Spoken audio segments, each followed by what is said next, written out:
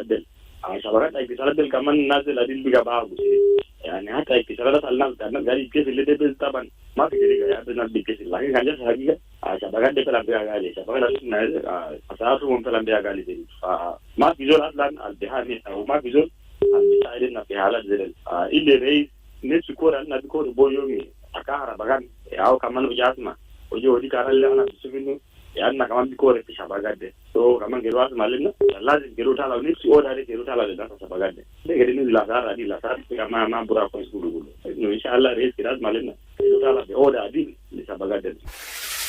Sounds of the Week on iRadio, your eye on South Sudan.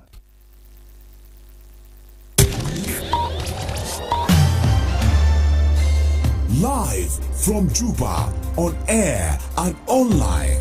This is iRadio News.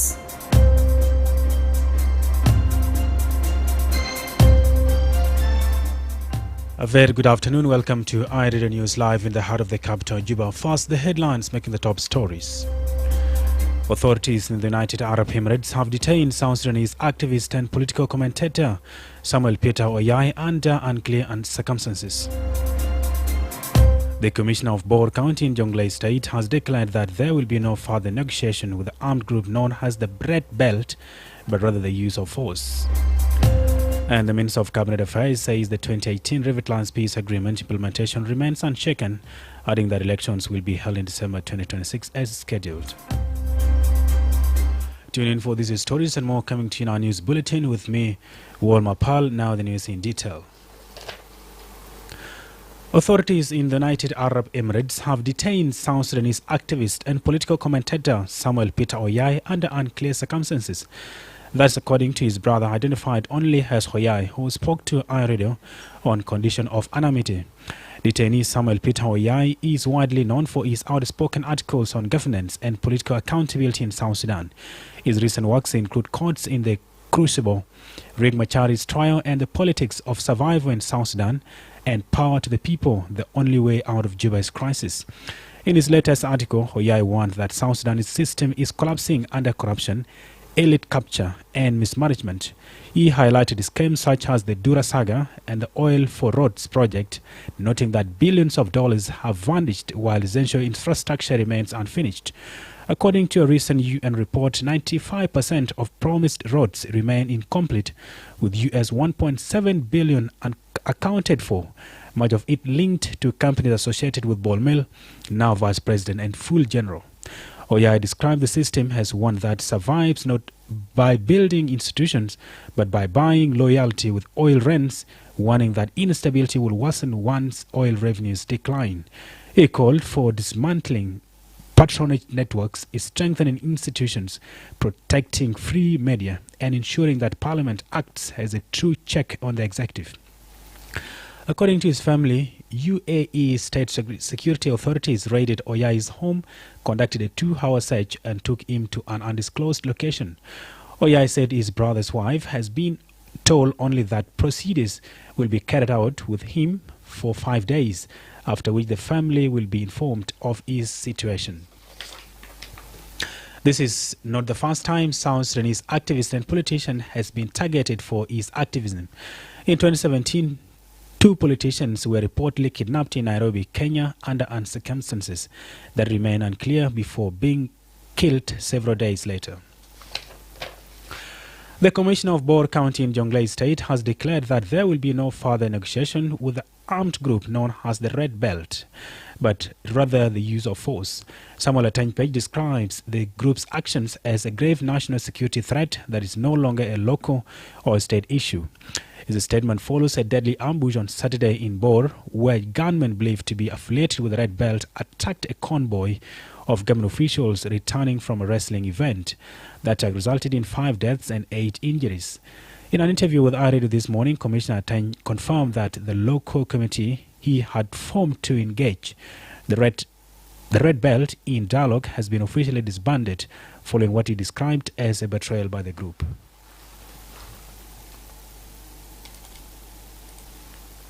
Confirm that South Sudan's commitment to the implementation of revitalized peace agreement for the resolution of conflict in South Sudan is unshaken.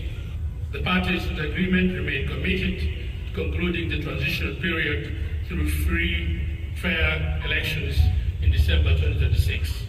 We are determined to ensure that this process paves the way for lasting peace, unity, and stability. So in if our now country. is In this a regard, a national security concern is neither a Bor County nor a state concern again. So it is that. So there is no more negotiation, no more future with the Red Bell again after the launch and attack on the government convoy. There is no more meeting again with them. And that is being handled now by the national security, not against the Boer community, and not against the office of the commissioner. Committee is officially cancelled.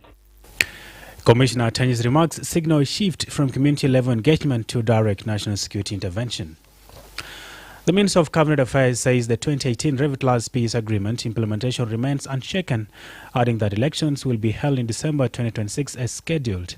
Dr. Martin Elia Lumro, who also serves as the Secretary of the National Transitional Constitution, reiterated the unity government's commitment to the peace implementation.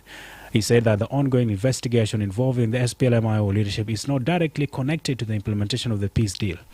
He spoke in Juba yesterday.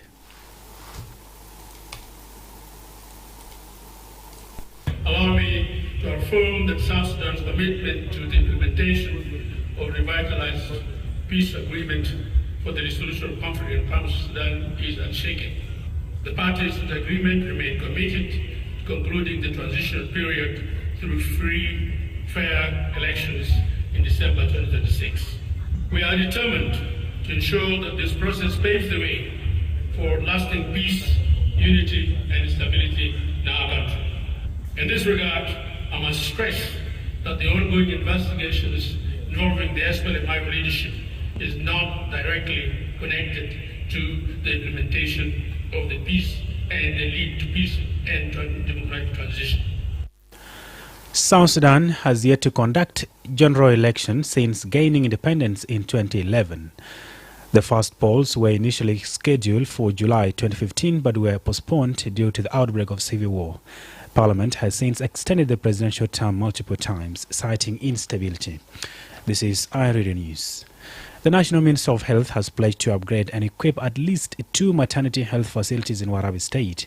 Sarah Kletorial announced this during a sideline meeting on Monday in Juba with the Governor of Warabi State, Ambassador Bol Wek. Governor Wek briefed the minister on findings from his recent tour of the state, citing urgent health concerns.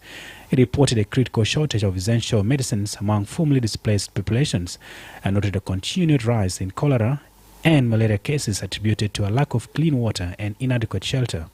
Plato acknowledged the challenges, noting that previous communal conflicts destroyed schools, damaged health facilities and disrupted livelihoods, resulting in preventable deaths. In response to high maternal and infant mortality rates, the minister confirmed that 2 maternity centers in Warabi State will be selected for immediate upgrades. A committee will soon be dispatched to identify eligible primary health care units and centers for the initiative. The minister and the governor also agreed to support the Kwajok Health Science Institute, describing it as a key institution for training young health professionals to serve local communities. And now, before international and sports, the government of Unity State has launched a mobile court in Bentiu, the state capital, marking the first time a court has resumed operations in 11 years. In a statement from the governor's office, the event was attended by thousands of residents and was welcomed as a step toward strengthening the rule of law and restoring access to justice. The State High Court closed 11 years ago, forcing communities to depend on chiefs to handle cases beyond their jurisdiction. Governor Riek Bimtop said his administration is committed to expanding access to justice across the state.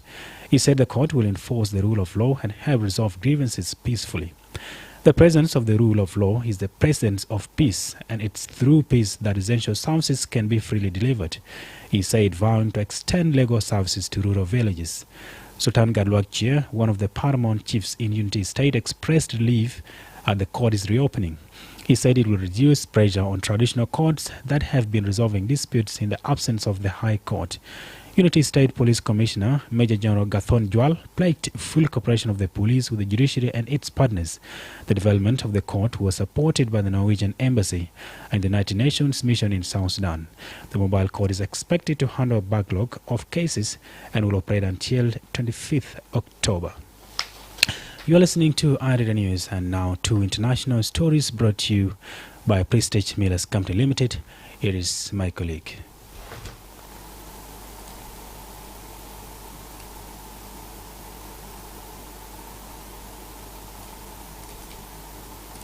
Thank you. Beginning in Africa, Madagascar's president has said he will dissolve his government following days of youth-led protest over long-standing water and power cuts.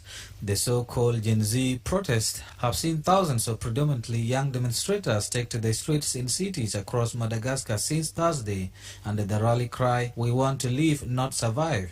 The UN's human rights chief condemned the unnecessary force used by security forces to quell the unrest, saying that at least 22 people have been killed and 100 others injured. Elsewhere, an entire family, a married couple and their 2 young sons, have been killed in an overnight Russian drone attack in Ukraine's northeastern Sumy region, local officials have said. Regional head Oleg Kihorov said a residential building was hit in the village of Shashnia. The bodies of the 2 children aged 4 and 6 and their parents were later recovered from the wreckage. Ukraine's air forces said its unit shot down 46 out of 65 Russian drones across the country, but there were 19 direct hits in 6 locations. And finally, Hamas is reviewing a Gaza peace plan announced by Donald Trump in the White House on Monday, according to the BBC. The 20-point plan includes an end to fighting, the return of Israeli hostages, and an international border peace to help run Gaza, which would include former UK Prime Minister Tony Blair. But Israeli Prime Minister Benjamin Netanyahu insists the plan does not mean Palestinian statehood and that Israel will forcibly resist the idea. And that's the end of the regional and international news with me, James Atem. Now back to you, Wol Mapal, in the studio. Thank you so much, James Atem, for the regional international stories, and of course sponsored by Prestige Millers Company. And now to the world of sports. Here is Darlington Moses. Darlington, tell us what is going on today around the world in this regard to sports. Thank you so much, Wol Mapal. Starting with news around Africa continent, South Africa's hope of qualifying for the 2026 FIFA World Cup have suffered a major blow after there were sanctions for fielding an ineligible player. Teboho Mokoena played in the 2-0 win over Lesotho in March, despite the 28-year-old midfielder being due to serve a suspension after accumulating 2 yellow cards. A FIFA disciplinary committee has ruled that South Africa breached competition rules and has imposed a 3-0 forfeit. The country's football association, SAFA, has been fined 10,000 Swiss francs, which is equivalent of $12,500 or 9,340 euros, while Mokoena has been issued a warning. And also in English Premier League, Arsenal centre-back William Saliba says he has signed a new 5-year contract at the club because boss Mikel Arteta and his staff can help him become the best defender in the world. The 24-year-old French international's previous deal was scheduled to expire in June 2027, and speculations had linked him with being a target for Real Madrid boss.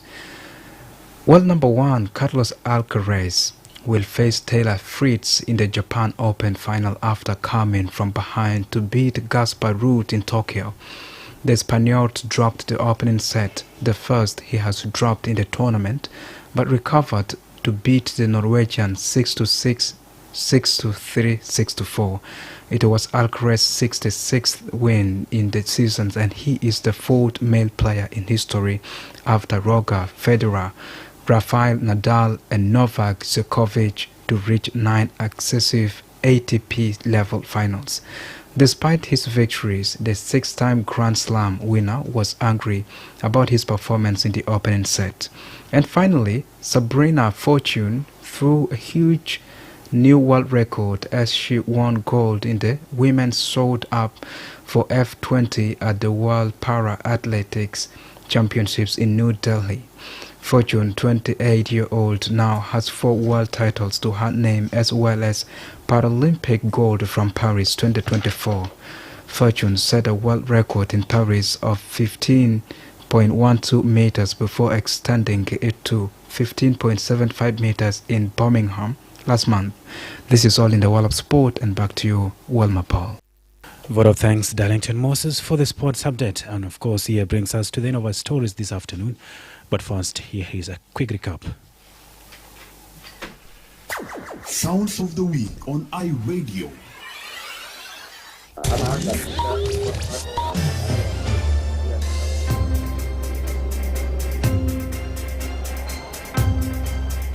Authorities in the United Arab Emirates have detained South Sudanese activist and political commentator Samuel Peter Oyai under unclear circumstances. The Commissioner of Bor County in Jonglei State has declared that there will be no further negotiation with the armed group known as the Red Belt, but rather the use of force. And the Minister of Cabinet Affairs says the 2018 Riverlands Peace Agreement implementation remains unshaken, adding that elections will be held in December 2026 as scheduled. That is the end of our radio news. If there is a story or an event you would like read to cover or report about, please send us a text message on +211 925 287 870. It is our WhatsApp number. Follow us on X at iRadio Juba. Like our Facebook page, iRadio. Subscribe to our YouTube channel at iRadio South Sudan. You can also visit our website and listen to us online at www.iRadio.org. You stay tuned for news in Arabic. My name is Wol Mapal, coming to you, of course, at 1:30 PM. Thank you for listening.